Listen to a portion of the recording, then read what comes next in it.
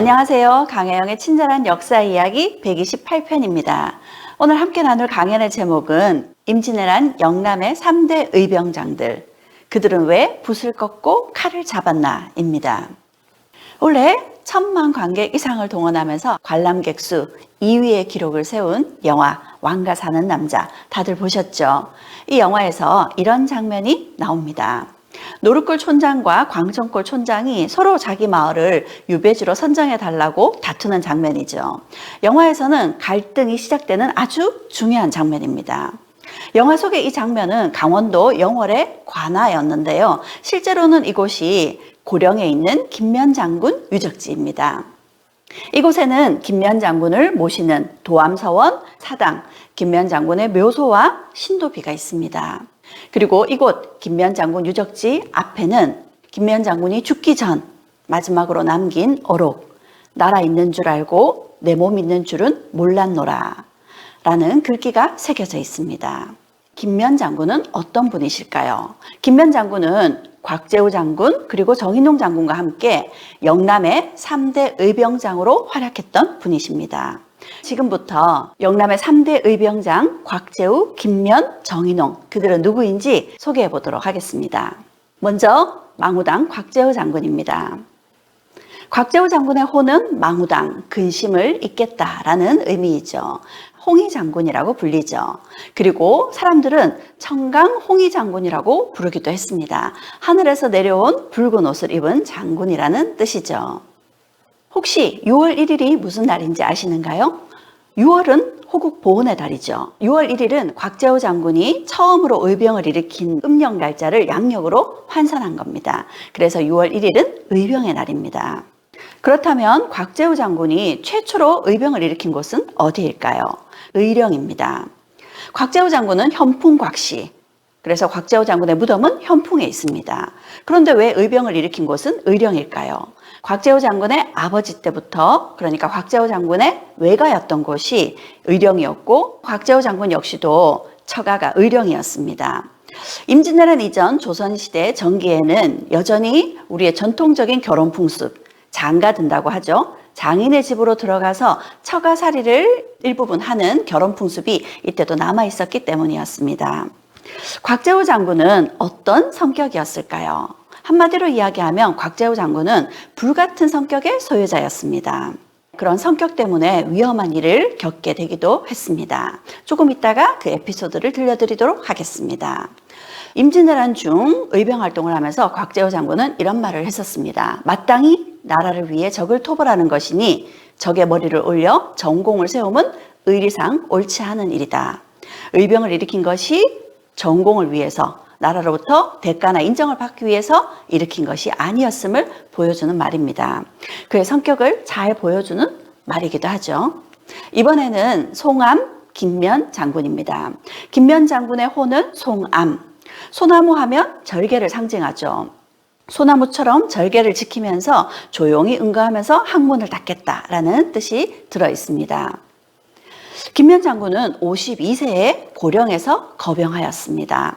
52세면 지금의 52세와는 다르죠. 조선시대 52세면 상당한 고령이라고 할 수 있습니다.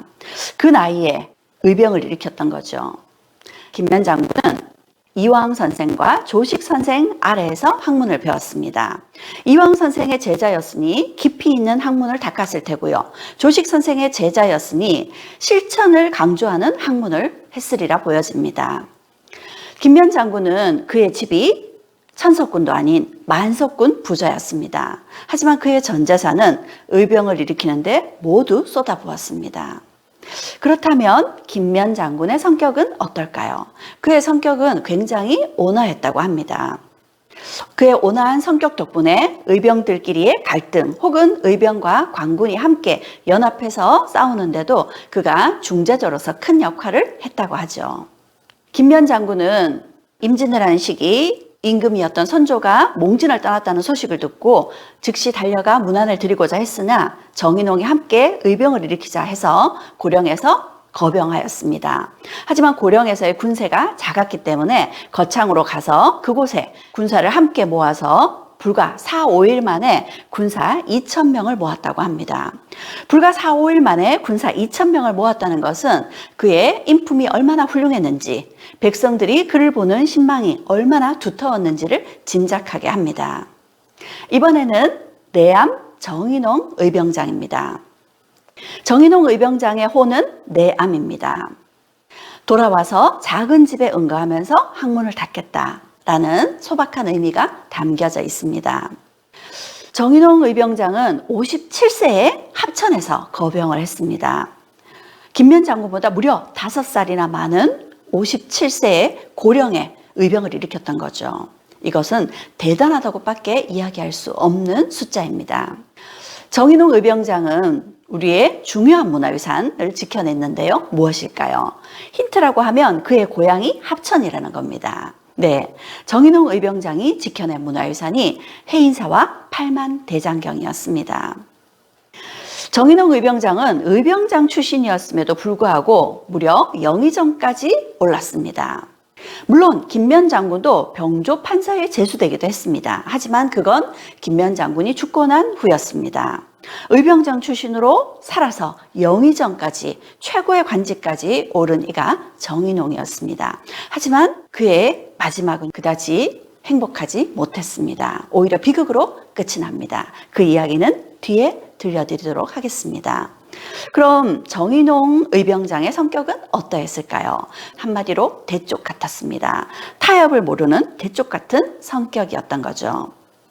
그의 성격을 짐작할 수 있는 글이 있습니다. 정인홍은 자신의 전공을 조정에 보고하는 것을 부끄럽게 여겨 보고하지 않았기에 조정에서는 알고 있는 공로가 남보다 못하였다. 하지만 실상은 경상도 의병장들 중 정인홍의 공로가 으뜸이다 라고 이야기하고 있습니다. 난중잡록은 임진왜란 시기의 일들을 기록한 책입니다. 이렇게 김면 장군 그리고 함께 활동했던 의병장 곽재우, 정인홍 이들이 누구였는지를 간단하게 소개를 해드렸습니다. 이들 의병장들이 활약했던 시기가 임진왜란 때였죠. 1592년 임진왜란이 발발했습니다. 전쟁을 일으킨 일본의 목표는 뭐였을까요? 조선이 아니었습니다. 섬나라 일본의 목표는 대륙 정벌이었죠. 명나라 정벌이 목표였던 그들은 조선을 아주 쉽게 봤습니다. 일본은 명을 정벌하기 위해서 조선을 빠르게 지나친다고 생각을 했습니다. 그래서 부산에 상륙한 이후 빠르게 한양을 점령해서 그곳에서 선조를 사로잡고 선조를 볼모로 압록강까지 단번에 가는 것이 그들의 전략이었습니다. 그리고 명나라와 전쟁을 치르려면 많은 군사와 무기가 필요하겠죠. 그런 보급은 바다를 활용해서 수송을 하는 것이 그들의 전략이었습니다. 그런데 그들의 전략에 큰 착오가 있었습니다. 어떤 착오였을까요? 한양으로 갔는데 선조가 없습니다. 선조가 몽진을 떠난 거였죠. 왕이 궁궐을 버리고 수도를 버리고 백성을 버리고 도망친다? 일본에서는 생각지도 못한 일이었습니다. 그런데 그뿐만이 아니었습니다. 필요한 군량과 무기 그리고 군사들을 수송해야 됐던 바닷길이 막혀버렸습니다. 누구에 의해서요?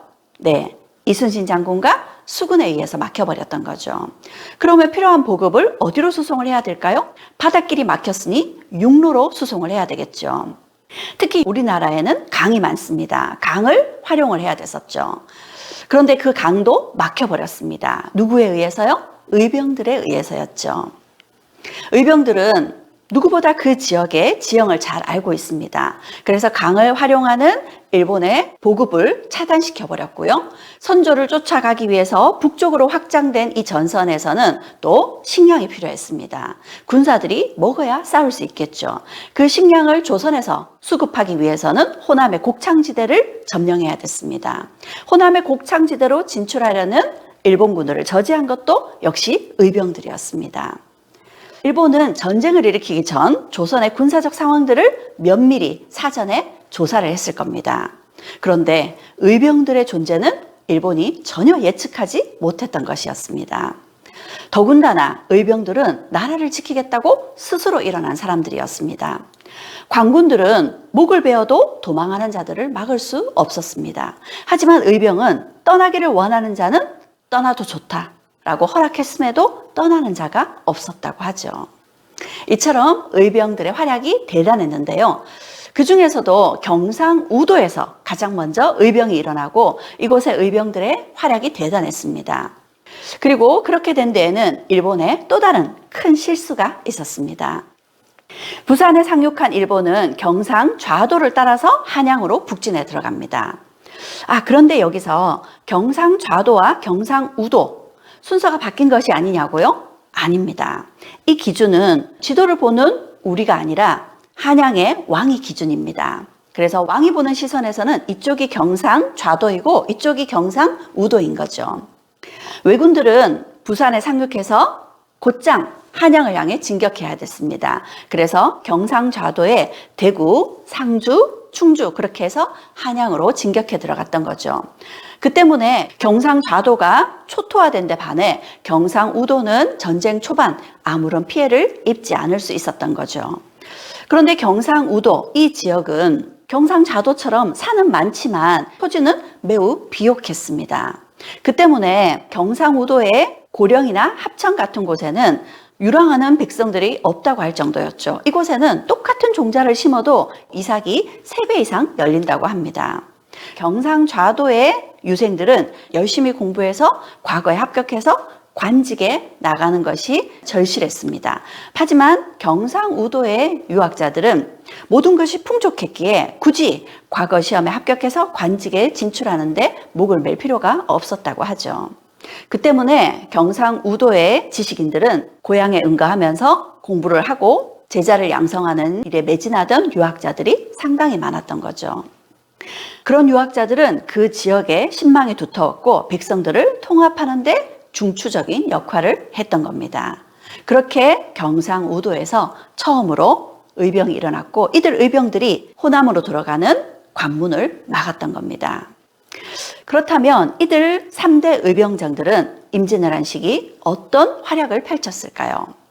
이들에게 주어진 가장 중요한 역할은 한마디로 전라도로 들어가는 길목을 막는 것이었습니다. 왜적들이 호남의 곡창지대로 진출하는 것을 막는 것이 이들에게는 가장 중요한 역할이었고 전쟁의 흐름을 바꾸는데도 중요한 관건이 되었습니다. 그럼 3대 의병장들의 활약상을 하나하나 전투를 보면서 이야기해 보도록 하겠습니다. 먼저 곽재우 장군의 의령 정암진 전투입니다. 이곳은 의령의 남강입니다. 남강은 일본이 호남으로 진출하는 길목에 있는 요충지였죠. 왜적들은 전라도로 진출하기 위해서 남강을 건너야 했습니다. 정암이라는 것은 손 모양의 바위라는 뜻입니다. 이곳에서 일본군은 남강을 건너 전라도로 진출하기 위해서 먼저 정찰 부대를 파견했습니다. 왜군 정찰 때는 왜군들이 남강을 건너기에 아주 적합한 지점들을 찾아서 말뚝을 곳곳에 박아두었습니다. 그런데 이러한 모습들을 숨어서 지켜보던 이들이 있었죠. 경상우도의 의병들이었습니다. 이들 의병들은 왜군 정찰대가 가고 난 이후 그들이 꼽아놓았던 말뚝을 다른 곳으로 몰래 옮겨두었습니다. 늪지대로 가는 길목으로 바꾸어 두었죠.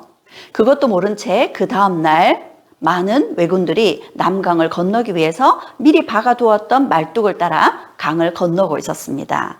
그런데 가면 갈수록 그들이 향한 곳은 늪지대였죠. 늪지대에 허우적대는 이들을 매복해 있던 의병들이 화살을 쏘아서 공격했습니다. 그렇게 곽재우 장군이 이끈 의병들은 정암진에서 왜군을 상대로 대승을 거두었습니다. 이 승리 이후 의병들은 자신감을 얻게 됩니다. 백성들의 힘으로도 왜적을 이길 수 있구나.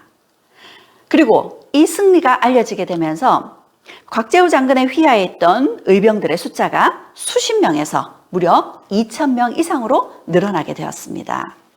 이번에는 정인홍 장군과 김면 장군이 함께했던 고령의 무계전투입니다. 고령은 경상우도에서도 성주와 거창, 합천을 연결하는 중요한 요충지입니다. 그리고 이곳 무계나루터는 낙동강의 지류에서도 수송을 하기에 아주 적합한 요지였습니다. 그래서 일본의 무라카미 가케치카는 군대를 이끌고 이곳 무계나루에 요새를 만들고 이곳을 수송의 거점으로 삼고자 했습니다. 이를 안 의병들은 무게에 만들어 놓은 왜군들의 요새를 이른 새벽 급습을 했습니다. 자다가 급습을 당한 일본군들은 속수무책 당할 수밖에 없었죠. 왜군들이 정신을 차리고 조총을 들고 의병들을 대적하려 했을 때는 이미 해가 밝고 있었고 의병들은 멀리 도망친 후였습니다. 그렇게 기습 공격으로 왜군들에게 타격을 입혔습니다. 그런데도 불구하고 이들은 다시 수송선을 띄웠죠. 그러자 인근에 갈대밭과 숲속에 몸을 숨기고 있던 의병들이 일본의 수송선이 사정거리 안에 들어오자 곳곳에서 활을 쏘면서 왜군들을 경멸하고 수송선을 포획했습니다. 그렇게 1차, 2차에 걸친 무게 전투의 승리로 왜적의 낙동강 수로 보급망을 마비시킬 수 있었죠. 이번에는 김면 장군이 단독으로 승리를 거둔 고령의 계산포 전투입니다. 고령의 계산포는 낙동강을 사이에 두고 현풍을 마주하고 있는 곳인데요. 이곳은 고려 후기 강화도에서 만들었던 팔만대장경을 조선 전기 계산포를 통해서 합천 해인사로 운송했던 지점이었습니다. 계산포 나루에서 바닷길과 낙동강을 따라 실어온 팔만대장경을 사람들이 일일이 등에 지고 머리에 이고 해인사까지 옮겼다고 하죠. 이곳 계산포에서 몸을 숨기고 일본군을 기다리고 있던 의병들이 김면 장군이 이끌고 있는 의병들이었습니다. 이들은 사전에 강 바닥에 말뚝을 박아두었습니다. 이것도 모른 채 외선이 들어오다가 말뚝에 걸렸겠죠. 배가 휘청하는 사이 화살을 쐈습니다. 그래서 배에 타고 있던 왜적 80여 명을 죽이고 외선을 납포할 수 있었습니다. 포획한 이 외선에는 엄청난 우리 문화재들이 실려 있었습니다. 그 중에는 세조가 직접 쓴 글씨, 세조의 어필도 있었죠. 김면 장군은 노획한 이 전리품들을 초유사 김성희를 통해서 몽진을 가 있는 선조에게 보내왔습니다. 그 양이 소와 말 50마리에 실어 옮길 만큼의 분량이었다고 하죠. 이 승리의 소식과 전리품을 받은 선조는 크게 기뻐하면서 김면 장군에게 합천 군수직을 제수했다고 합니다. 그런데 김면 장군은요? 네, 거절했습니다. 김면 장군은 의병을 이끄는 대장이 한 곳에 머물 수는 없습니다. 하고 합천 군수직을 거절했다고 하죠. 이번에는 김면 장군과 정인홍 장군의 연합작전으로 대승을 거두었던 거창의 우척현 전투입니다. 왜군을 이끌던 코바야카와 다케카기는 1,500명의 왜군을 이끌고 700m의 고지대 우두령을 넘어서 거창을 통해 호남의 곡창지대로 진출하려 했습니다.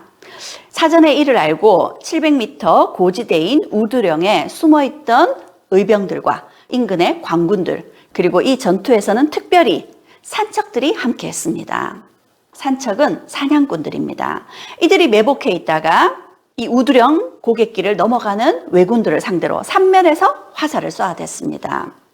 이 기습 전술로 큰 승리를 거두었죠. 특히 왜군들의 조총의 사정거리를 넘어선 멀리서 화살을 쏴서 왜군들을 섬멸했던 이 산척들의 활약이 대단했습니다. 그들은 그야말로 최고의 저격수들이었죠.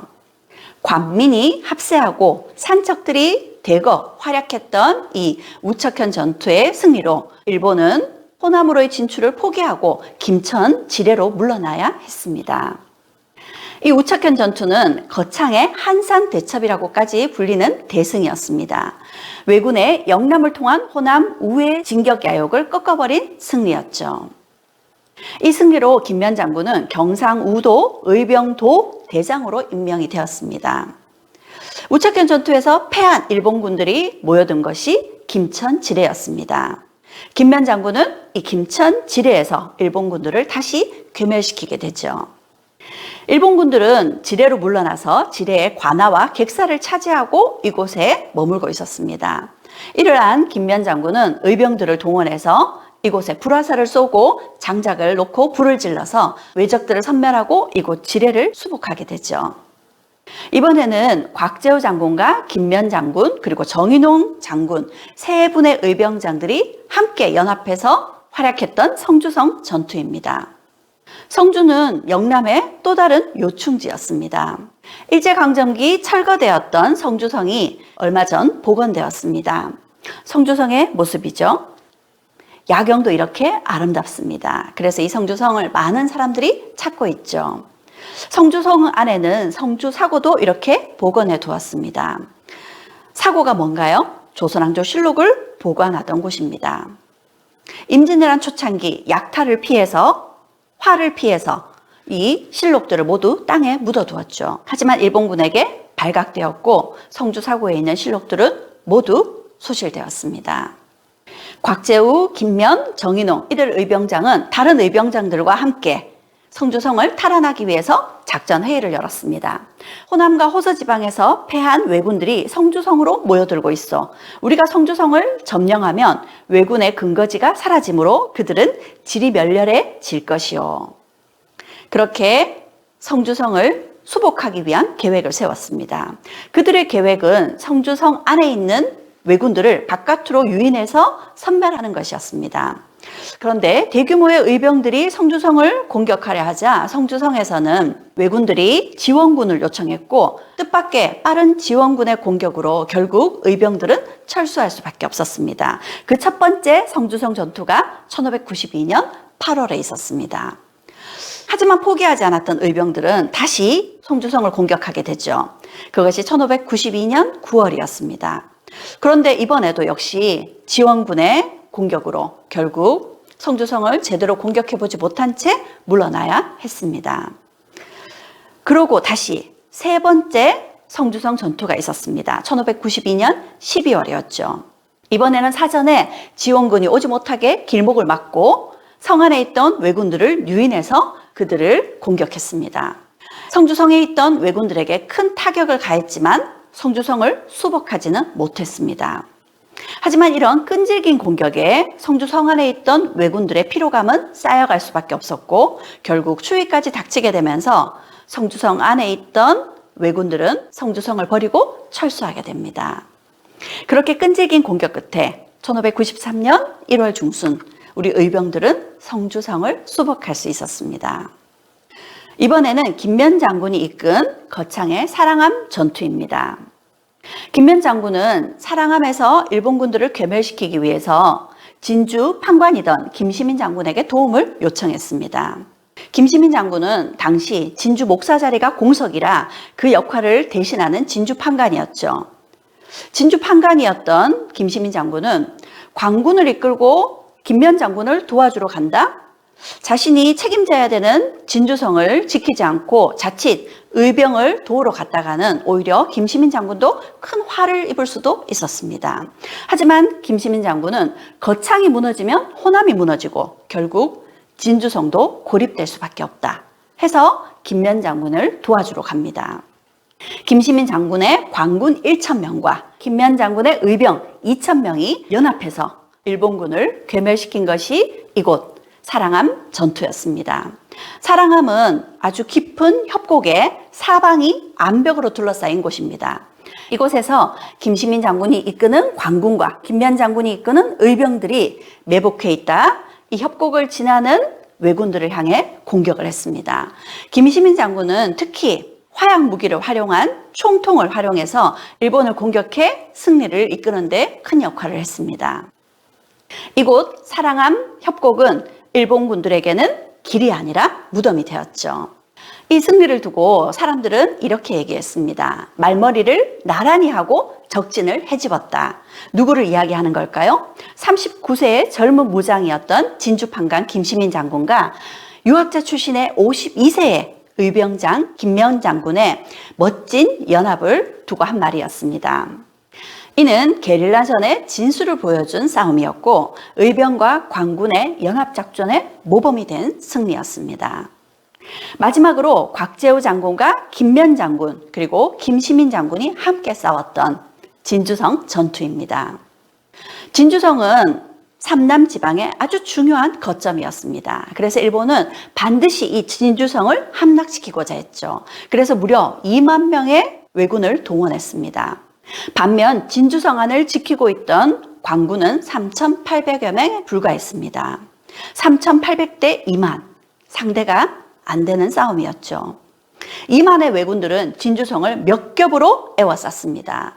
그리고 끊임없이 5일 동안 진주성을 공격했고 밤낮으로 공격이 이어졌습니다.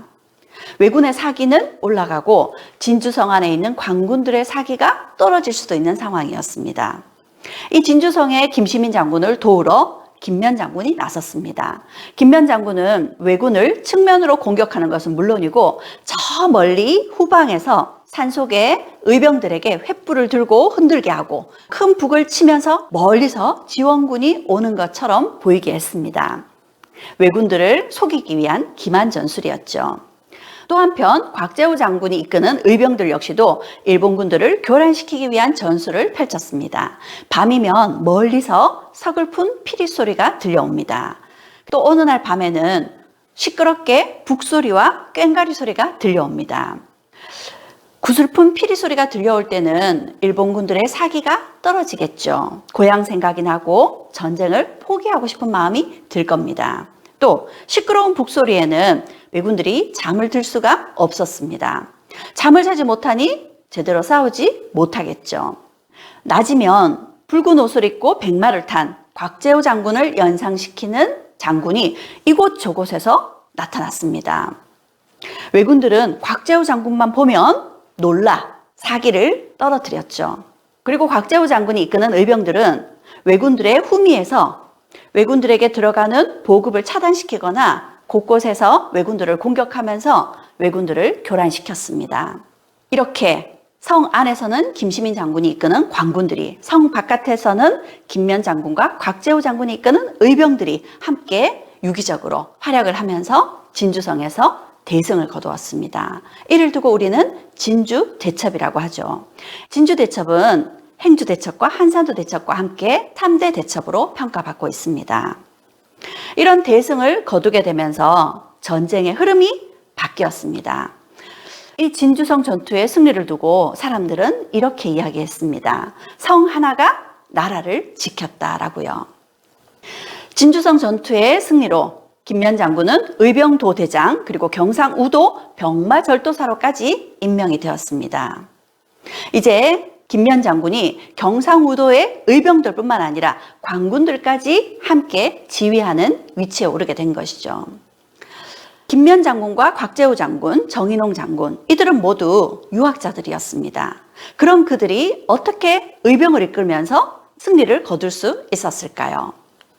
그들은 누구보다 현지의 지형을 잘 알고 있는 사람들이었습니다. 그런 지형을 적극적으로 활용한 전술로 승리를 거둘 수 있었죠. 그들은 홈그라운드의 이점과 게릴라전의 이점들을 적극적으로 활용해서 승리를 거둘 수 있었습니다.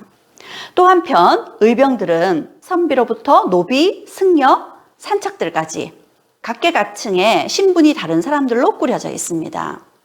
그럼에도 불구하고 이들은 한마음이 되어서 싸울 수 있었던 것이죠. 그리고 이는 의병장들이 백성들 그리고 천대받던 이들을 신분의 차이에도 불구하고 함께 나라를 구할 동반자로 여겼기 때문에 민심을 하나로 모을 수 있었던 거죠. 그리고 그것이 승리로 이어졌습니다. 경상우도의 의병장들은 네트워킹을 통해서 하나로 유기적으로 연결되어 있었습니다. 왜냐하면 수십 명의 의병장들이 모두 한 스승의 제자였기 때문입니다. 이들은 서로가 사제관계이면서 사형관계였습니다. 이들 수십 명의 의병장들이 모두 조식 선생의 제자들이었습니다. 그래서 이들은 서로가 사형이기도 하고 사제관계였던 거죠. 그래서 유기적으로 연합을 하고 함께 싸울 수 있었던 겁니다. 영남의 3대 의병장 곽재우, 김면, 정인홍 이들이 누구인지 그리고 이들이 임진왜란 당시에 어떤 활약을 펼쳤는지 살펴봤는데요. 이번에는 이들이 왜 의병장이 되었는지 이야기 나눠보겠습니다. 이들은 모두 조식 선생의 제자였습니다. 조식이 누구인가요? 조식은 칼찬 선비라고 불리던 유학자였습니다. 그는 글 공부만 하고 실천하지 않는 것은 가짜 학문이다 라고 하면서 실천할 수 있는 학문을 강조했습니다. 그는 스스로도 몸에 성성자라는 이름의 방울을 달고 다녔습니다. 방울이 울릴 때마다 스스로를 되돌아보고 스스로를 반성하려 했습니다. 그리고 항상 몸에 경이검이라는 이름의 칼을 차고 다녔습니다. 스스로 과욕을 부리거나 스스로 의롭지 못한 행동을 할 때는 스스로 자신을 베겠다는 결이었습니다. 자신의 마음을 돌아보는 경, 그리고 실천을 강조하는 의, 이 경과 의가 남명 조식 선생의 사상을 단적으로 보여주는 두 글자입니다. 남명 조식 선생은 관직에 나아가지 않았지만 조선 조정의 부패한 관료들, 잘못된 정치를 신랄하게 상소를 통해 비판했습니다. 뿐만 아니라 현실 정치를 무시하고 관심을 갖지 않는 책만 보는 유학자들 역시도 비판했습니다. 그런 그는 책을 뚫고 현실로 나아가려 했던 행동하는 양심이었다고 할 수 있죠. 그는 제자들에게도 이렇게 실천할 수 있는 학문, 행동하는 학문을 가르쳤습니다. 책상머리에서만 교육을 하는 것이 아니라 제자들과 함께 지리산을 오르내리면서 성리학뿐만 아니라 병법, 지형, 천문, 의학 이런 것들을 함께 가르쳤죠. 그 덕분에 그의 제자였던 의병장들이 산악 매복전으로 우척현 전투를, 그리고 늪지대 유격전으로 정암진 전투를, 강변 기습전으로 계산포 전투를 승리로 이끌 수 있었던 거죠. 그런 조식 선생의 대표적인 제자분들이 바로 이분들입니다. 곽재우 장군은 조식 선생의 외손녀 사위입니다. 그리고 김면 장군과 정인홍 장군은 조식 선생의 아끼는 제자, 특히 정인홍 의병장에게는 조식 선생이 돌아가시기 전 자신이 늘 몸에 지니고 있던 경이검을 물려주었다고 합니다. 이들 의병장들은 임진왜란 중에, 그리고 임진왜란이 끝나고 난 이후 어떤 삶을 살았을까요? 김면 장군은 나라가 위급한데 목숨을 바치지 않으면 어찌 성현의 글을 읽었다고 하리요 하고 거병을 했었습니다. 그리고 그는 만석군의 부자였었죠. 하지만 전 재산은 모두 의병을 꾸리고 의병을 이끄는 데 쏟아부었습니다. 나라가 망하게 생겼는데 어찌 내 가족의 안위만 생각하겠느냐 하면서 가족의 안위를 돌보지 않았습니다. 그의 가족들은 굶주리며 구걸을 해야 될 지경에 이르렀습니다. 김면 장군은 항상 진을 떠나지 않았는데 처자가 가까운 지역에서 떠돌며 굶주린다는 소식을 듣고도 한 번도 가족을 만나지 않았다고 합니다. 김면 장군은 임진왜란 중 여러 달 동안 의갑, 갑옷을 벗지 않았다고 합니다. 무거운 갑옷을 늘 입고 있었다는 것은 그만큼 전쟁에서의 긴장감을 늦추지 않겠다는 그의 결의를 짐작하게 하는 것입니다. 하지만 수개월 동안 갑옷을 벗지 않았다니 편히 쉴 수 없었겠죠. 한여름에 갑옷은 더욱 사람을 지치게 했을 겁니다. 이처럼 오랜 전투로 피로감에, 긴장감에 김면 장군은 쇠약해질 수밖에 없었습니다. 큰 싸움을 한 것이 10여 차례, 그리고 왜군을 물리치기를 30여 차례 하는 동안 과도한 스트레스와 피로가 겹치고, 게다가 김면 장군은 평소에도 건강이 좋지 않았습니다. 그런 그가 무리를 했으니 결국 질병으로 이어졌고, 큰 전투를 앞두고 진중에서 숨을 거두고 말았습니다. 돌아가시기 전 김면 장군은 오직 나라 있는 줄만 알았지 이 한 몸 있는 줄은 몰랐노라 라는 마지막 말씀을 남겼습니다. 이곳은 김면 장군이 잠들어 계시는 묘소와 그 앞에 세워진 신도비의 모습입니다. 김면 장군은 돌아가시고 난 이후 병조 판서에 제수되셨습니다. 이런 김면 장군을 두고 곽재우 장군은 이렇게 이야기했습니다.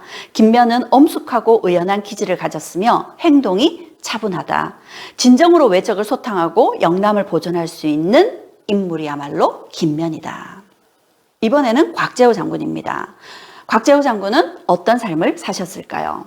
곽재우 장군은 불같은 성정을 가진 분이었습니다. 전란이 일어나기 이전부터 전란에 대비해서 성을 보수하고 전쟁 준비를 하던 경상우도 순찰사 김수가 막상 전쟁이 일어나자 자기부터 도망을 쳤습니다. 그런 김수를 두고 곽재우 장군은 김수부터 참수해야 된다라고 곳곳에 방을 붙였습니다. 그러자 김수는 오히려 곽재우 장군을 무고합니다. 곽재우야말로 의병을 일으킨다고 하면서 관할을 털고 백성을 선동하고 있다. 그야말로 역적이다. 이렇게 모함을 한 거죠. 김수의 모함으로 곽재우 장군은 역적으로 몰릴 뻔한 위기를 맞게 됩니다. 그때 곽재우 장군을 도와서 곽재우 장군을 대변해주고 그의 무고를 풀어준 이가 바로 초유사 김성일이었습니다. 김성일이 누구인가요? 임진왜란이 일어나기 전 대마도에서는 일본이 전쟁을 일으킬지도 모른다라고 조선에 기뜸을 해주었습니다. 그래서 조선 조정에서는 일본을 관찰하기 위해서 일본의 통신사를 파견했죠. 일본을 다녀온 통신사는 황윤길과 김성일이었습니다. 정사 황윤길은 일본이 진짜 전쟁을 일으키려고 한다라고 이야기를 했고요. 반면 부사 김성일은 일본이 전쟁을 일으키려는 징조는 전혀 발견할 수 없었다. 이렇게 반대되는 의견을 이야기했습니다. 정사 황윤길은 서인이었고 부사 김성일은 동인이었습니다. 당시 동인의 입김이 좀 더 셌기에 결국 김성일의 말대로 전쟁을 일어나지 않을 것이라고 발표를 했죠. 하지만 결국 전쟁이 발발했고 임진왜란이 발발하자 선조는 곧장 김성일의 죄를 물었습니다. 김성일이 목숨을 잃을 위기였죠. 그때 유성룡이 선조에게 이렇게 설득을 했습니다. 김성일을 죽이는 것보다 오히려 그가 자신의 죄를 만회할 수 있도록 이 전란에서 나라를 구하는데 도움을 줄 수 있는 기회를 주자고 합니다. 그래서 김성일을 경상도 초유사로 파견하게 됩니다. 초유사라는 것은 그 지역에 신망이 높은 사람을 나라의 위기 때 그 지역에 파견해서 그 지역의 민심을 다독이게 하는 역할이죠. 실제로 김성일은 경상도 초유사로 임진왜란 때 큰 활약을 했습니다. 반면 일본을 다녀와서 진짜 전쟁을 일으킬 것으로 보인다라고 이야기했던 정사 황윤길은 막상 전쟁이 터지자 김성일만한 그런 활약을 펼치지는 못했습니다. 곽재우 장군은 임진왜란 중에 생각지도 못했던 대단한 기지들을 발휘해서 왜적들을 상대했습니다. 하나 예를 들어보자면 왜적들이 다니는 길목에 여러 개의 상자를 놔두었습니다. 상자가 길목에 놓여 있으니 궁금하겠죠? 궁금하면 상자를 열어볼 겁니다. 상자를 열어봤더니 그 안에 엄청난 벌통들이 들어가 있었습니다. 상자가 열리면서 벌들이 왜적들을 공격을 했고 왜적들이 벌의 공격을 받는 우왕좌왕하는 그 순간 매복해 있던 의병들이 공격을 했죠. 이렇게 승리를 가져온 이가 곽재우 장군이었습니다. 이런 곽재우 장군의 모습을 보고 우리나라를 도와주러 왔던 명나라의 병사들은 조선의 의병들은 하늘의 귀신과 땅의 곤충까지도 군사로 부린다라고 감탄했다고 합니다. 곽재우 장군의 활약이 얼마나 대단한지를 짐작하게 하는 이야기가 있습니다. 왜적에게 포로로 사로잡혔다가 풀려난 조선인이 있었습니다. 그가 말하기를 왜적들은 이 지방에는 홍위 장군이 있으니 조심하여 피해 다녀야 된다. 이렇게 이야기했다고 하죠. 왜적들 사이에서는 신출귀몰한 곽재우 장군의 소문이 파다했고 곽재우 장군을 만나면 일단 피하고 봐야 된다라고 이야기할 정도였다고 하죠. 그렇게 임진왜란에서 큰 활약을 펼쳤던 곽재우 장군. 전쟁이 끝나고 난 이후 그에게 벼슬이 내려졌습니다. 하지만 곽재우 장군은 곧 벼슬을 내어놓고 다시 지방으로 내려와서 솔잎가루와 대추를 먹으면서 벽곡 수양을 하고 노년을 보냈다고 합니다. 곡기를 끊고 이런 벽곡 수양을 하는 곽재우 장군을 보고 사람들은 곽재우 장군이 신선이 되려고 하나? 이런 생각을 하기도 했다고 합니다. 하지만 이렇게 응거했던 곽재우 장군은 전장에서 목숨을 걸고 싸우는 것보다 관리로 나가서 조선 조정에서 붕당 정치에 휘둘리는 것이 훨씬 더 힘들었던 거죠.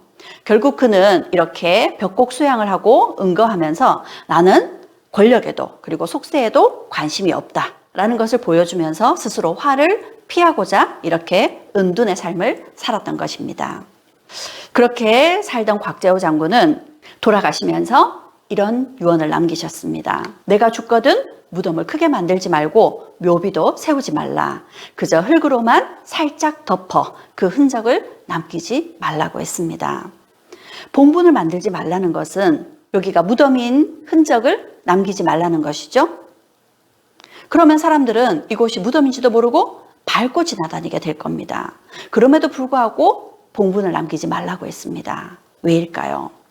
임진왜란 중에 한양에 있던 선릉과 정릉이 왜군들의 피해를 입었습니다. 왕릉도 파헤쳐지는데 어떻게 이렇게 봉분을 만들겠느냐 하고 봉분을 만들지 않도록 했던 거죠. 그런데 사진 속에는 낮지만 봉분이 만들어져 있습니다. 후손들이 곽재우 장군의 무덤을 잃어버리지 않기 위해서 낮게 봉분을 만들어둔 모습입니다. 이번에는 의병장 정인홍입니다. 팔만대장경과 장경판을 지켜낸 의병장이죠. 그는 불교 문화재를 약탈하려 하는 일본의 의도를 알고 있었습니다. 그래서 가야산 해인사로 들어가는 협곡에 의병들과 승병들까지 연합해서 매복해 있었죠. 해인사 협곡 깊숙이 들어온 왜군들이 사정거리 안에 들어오자 멀리서 화살을 쏘고 바위 덩어리를 굴러내려서 왜군들을 괴멸시켰습니다. 해인사 턱 밑까지 들어왔던 왜군들은 결국 철수할 수밖에 없었고 해인사와 팔만대장경을 지켜낼 수 있었습니다.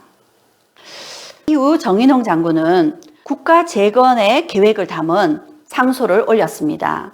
그리고 영남 의병 도대장을 맡았지만 사직하고 일반 의병장으로 활동을 하였습니다.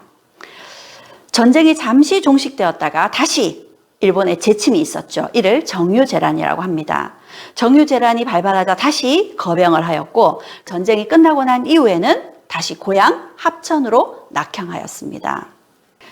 고향 합천으로 내려간 정인홍에게 이후 영의정 벼슬이 내려졌습니다. 광해군대였죠. 광해군은 전란의 백성들과 함께 싸웠던 이였기에 정인홍의 학문과 그의 리더십을 익히 알고 있었던 거죠. 영의정 벼슬이 제수되었지만 정인홍은 조정에 나아가지 않고 합천에서 광해군의 정치에 조언을 아끼지 않았습니다. 그런 그는 광해군을 지지하던 대북파의 상징적인 인물이었습니다. 하지만 광해군은 이청을 비롯한 간신들에 의해 제대로 정치를 돌보지 못했고 결국 인조 반정으로 쫓겨나게 되죠. 인조 반정을 일으킨 반정 세력들은 광해군이 기대였고 광해군을 지지하던 대북파의 상징이었던 정인홍을 가만둘 수 없었습니다. 그래서 정인홍에게 참수형이 내려졌죠. 그때 그의 나이가 88세였습니다. 굉장히 오래 사신 거였죠. 조선에서는 그 어떠한 죄를 저지른 사람도 80세 이상인 사람에게는 참수형이 아닌 사약을 내리는 것이 전례였습니다. 하지만 정인홍은 대북파들의 존경하는 광해군 정권의 상징이었기에 결국 88세의 고령이었던 정인홍을 참수형에 처하게 됩니다. 이런 상황에서도 정인홍은 마지막까지 결연한 모습을 보였다고 합니다. 그리고 이후 조선이 거의 끝날 때까지 조선 역사에서는 정인홍이 역적으로 남겨졌습니다. 그의 명예 회복이 이루어진 것은 고종 때 와서였습니다. 고종 때 와서 그 후손들의 명예가 회복이 되고 정인홍의 무덤도 제대로 만들 수 있게 되었죠. 그의 무덤을 이장하려고 무덤을 팠더니 정인홍의 모습이 죽을 때 모습 그대로였다고 하죠. 얼마나 한이 설었을까 하는 생각이 듭니다. 지금까지 곽재우 장군, 김면 장군, 정인홍 장군, 영남의 3대 의병장에 대해 이야기 나눠보았습니다. 이들의 삶, 이들의 선택은 오늘날 우리에게 무엇을 말하려는 걸까요? 다시 왕가 사는 남자 영화로 돌아와 보겠습니다. 조선왕조실록에는 노상군이 소식을 듣고 스스로 목매어 자살하니 예로서 장사 지냈다라고 기록하고 있습니다. 단종의 죽음을 두고 상세한 기록이 없습니다. 당시 세조가 집권하고 있던 시기였기에 단종의 이야기를 자세히 기록하는 것 자체가 큰 부담이었을 겁니다. 단종의 시신은 버려졌습니다. 야사에서는 강물에 버려졌다고 하고요. 들판에 버려졌다는 이야기도 있습니다. 영화에서는 단종의 시신을 거두는 자는 삼족을 멸하겠다라고 합니다. 실제로는 그런 명이 없었습니다. 하지만 세조가 집권하고 있던 시기 단종의 시신을 거두는 것은 목숨을 걸어야 되는 일이었습니다. 그럼에도 어몽도는 옳은 일을 하다 화를 당해도 달게 받겠다라면서 단종의 시신을 거두었습니다. 어머니를 위해 준비해 두었던 수의와 간을 짜서 단종의 무덤을 써주었죠. 단종이 돌아가신 것이 1457년 10월 후반이었습니다. 음력의 날짜이니 실제로는 겨울이 시작되는 시기였죠. 강원도 용월은 겨울이 빨리 찾아옵니다. 곳곳에 땅이 얼어 있어서 무덤을 만들어 주기가 쉽지 않았습니다. 그런데 다행히 저기 사슴이 앉아있던 자리, 얼지 않은 땅에 단종의 무덤을 만들어 줄 수 있었다고 하죠. 훗날 중종 때 사육신에 대한 평가가 새로워지고 단종에 대한 평가도 달라지기 시작했습니다. 단종의 무덤을 확인하려고 했고 단종의 무덤을 좋은 명당 자리로 옮기려고 했죠. 그런데 그 자리가 바로 최고의 명당 자리였다고 합니다. 이후 조선 후기 현종 때 그리고 영조, 정조 때 단종에 대한 명예회복이 이루어졌고 이 어몽도의 후손들에게서도 명예회복이 이루어졌습니다. 영조 때에는 어몽도의 후손들에게 군역과 여러 가지 자벽을 면제해 주겠다라는 명이 내려지기도 했습니다. 왕가 사는 남자 영화에는 놀랍게도 어몽도의 후손이 광천골 마을 사람 역할로 함께 했습니다. 기가 막힌 인연이죠. 그리고 더 기가 막힌 우연이 있습니다. 500년 전 어몽도는 목숨을 걸고 왕의 시신을 거두었습니다. 그리고 그로부터 500년 후 동료들의 시신을 거두겠다고 에베레스트로 오른 이가 있었습니다. 그의 이름은 어몽길이죠. 어몽길은 어몽도의 후손입니다. 어몽길은 우리가 잘 알다시피 히말라야 16자를 등반한 최고의 산악인입니다. 그런 그가 꾸린 것이 휴먼 원정대였습니다. 에베레스트를 완등하기 위해서가 아니라 그곳에서 죽은 동료들의 시신을 수습하기 위해서였습니다. 세계 어디에도 찾아볼 수 없는 가장 위대한 등반이었습니다. 에베레스트 원정 중 조난당한 3명의 산악인 후배들의 시신을 거두기 위한 것이었습니다. 안타깝게도 2명의 시신을 발견하지는 못했고 박무택 산악인의 시신을 수습해서 돌무덤을 만들어 주었습니다. 8,750m 하늘 아래 만들어진 돌무덤. 그것은 어몽길 대장이 동료에게 해줄 수 있는 마지막 예의였습니다. 오직 나라가 있는 줄만 알았지 내 몸이 있는 줄은 알지 못했다. 1593년 김면이 죽기 전 남긴 말씀입니다. 옳은 일을 하다가 화를 당한다면 달게 받겠다. 1457년 목숨을 걸고 단종의 시신을 거두었던 어몽도의 말입니다. 정상에 오르는 것보다 중요한 건 사람이 거기 있다는 것이다. 2005년 어몽길의 말입니다. 이들을 보면 누군가를 혹은 무언가를 지키려고 하는 힘이 얼마나 큰 용기를 만들어내는지 또 얼마나 큰 힘을 만들어내는지를 보여줍니다. 특히 그것이 의로운 일일 때는 더더욱 그러하죠. 강연을 마치면서 마지막으로 이런 말씀을 드리고 싶습니다.